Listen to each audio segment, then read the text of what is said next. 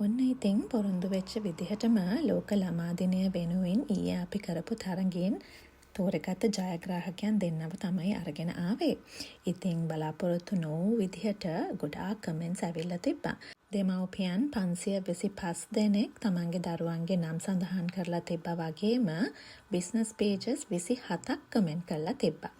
ඉතින් කලින් තරගය කරා වගේ මේ පාර ලයිව් එකක් අරන් එන්න විදිහක් නැහැ. මොකද පුතා පාසල් යන්න තියෙන නිසා. ඒ හින්දා එයා යන්න කලින් මම නම්බර 2 තෝරගත්තා. මට ඉතින් නම් 525ක් ලියා ගන්න බැරි වුණා. ඒ හින්දා මම බයිබලයේ පිටු 525ක් අරගෙන පුතාට එතනින් එක පිටුවක් තෝරන්න කිව්වා. ඉතින් එයා නම්බර 438 තමයි තේරුවේ.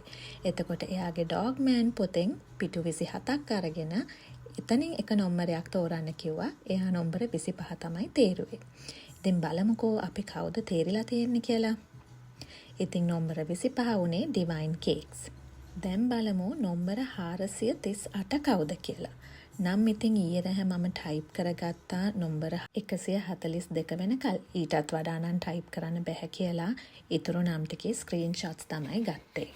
ඉතින් මේ තියෙන්නේ ටයිප් කරගත්ත පළවෙනි නම් 142. ඊට පස්සේ ගත්ත ස්ක්‍රීන්ෂොට්ස් ටික තමයි ඔන්න දැන් පෙන්වන්න යන්නේ. ඉතින් මෙච්චර ගොඩක් තියෙනවනේ. මම දැන් එකින් එක ගණන් කරගෙන ගිහිල්ලා 438 වෙනියට ආවේ සදීප්ති ජයකොඩි. එයාගේ දරුවා එච්.ඒ. පහන්දි චනුල්යා දෙව්දිනි. ඉතින් මේ දෙන්න තමයි ජයග්‍රහණය කරලා තියෙන්නේ. ඉතින් ඊයේ මන් දාලා තිබ්බ තරඟ කොන්දේසිවල හැටියට මේ දෙන්නම මගේ පේජ් එක ෆලෝ කරන අය වෙන්න ඕනේ.